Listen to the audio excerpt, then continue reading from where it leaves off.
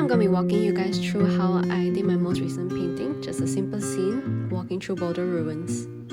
So firstly, I found a reference on Pinterest. I found this one by Cosimo Galluzzi. Then I brought the Pinterest reference into Photoshop.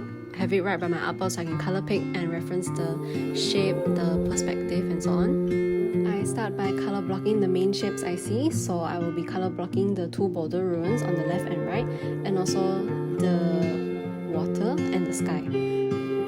Right here, I decided to just color block in the trees in the background and also the bridge so that I could have a better understanding of the colors and the scene overall.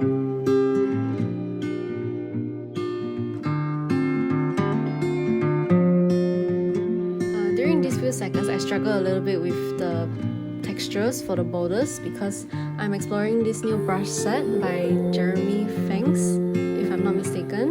He has 3 brush sets on his Gumroad, and that took a while to get used to, so here I am struggling. Then ultimately I decided to go with this one brush which I felt was really suitable. Now I'm also still focusing on the big picture, not focusing on the little details because it might just distract you from the big picture, which is the whole drawing and the whole story. Shading for the rocks, the boulders, but I gave up and started to shade the water ground instead, so I thought it would help me picture better the whole scene.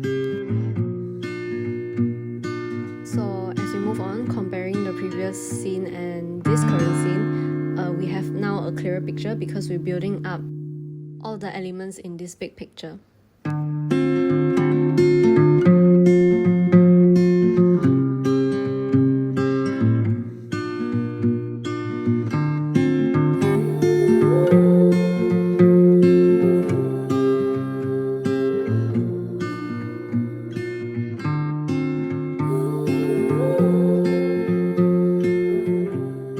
Moment, you might be wondering what's the reference for if it's not exactly the same. You could be wondering that.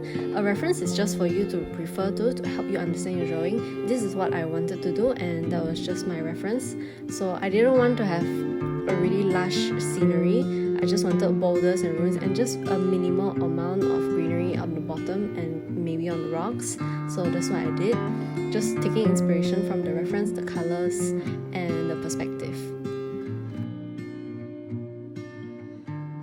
Painting the vines was a really fun part of the drawing because I honestly didn't expect it to be this easy, but thanks to the brushes it was completed really quickly.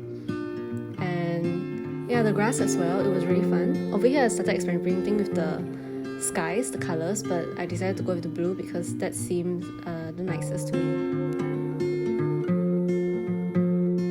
At this moment I felt like the scene was a little too dull, so I decided to add a pop of color. Since I like red, I added red flowers here and there.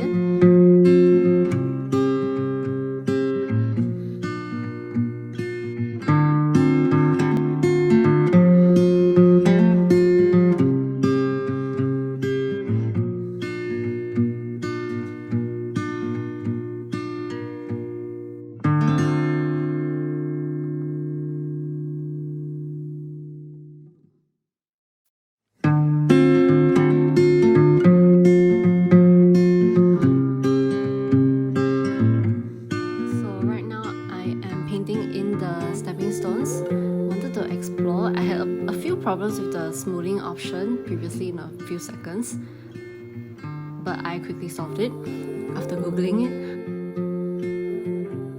I kept trying to find a way to make this like the easiest way possible, so I wanted to copy paste each stepping stone path, but then again after trying out so many different ways I decided that drawing in was much easier.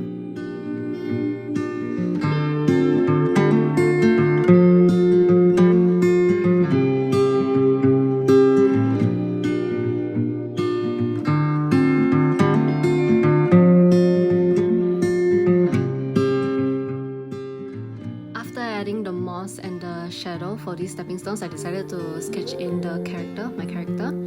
So I started with a simple sketch and I painted over with the colors that I wanted her to have.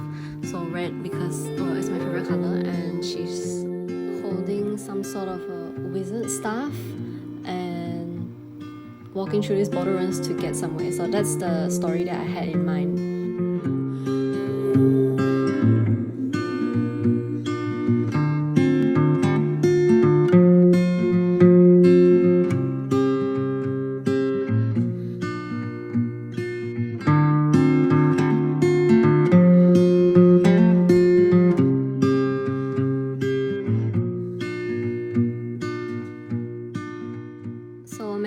use a lot is I just create a new layer and just draw on that as big as I want, and after I'm done with that drawing, I just group it and resize it to whatever size I want.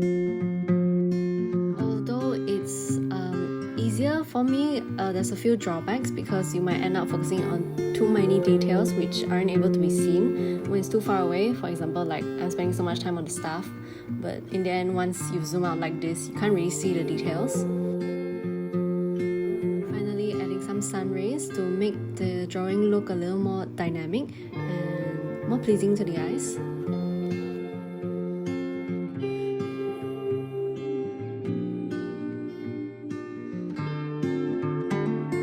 I just sketched in some random rune-inspired text. It's not based off any reference, although I will expand on that in the future probably. Right here I'm also sketching some rune-ish characters on the borders to make the scene look a little more complete with the storytelling that I had in mind.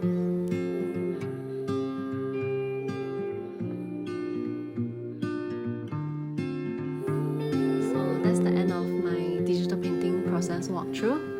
It was a fun journey, although I still have a lot to learn.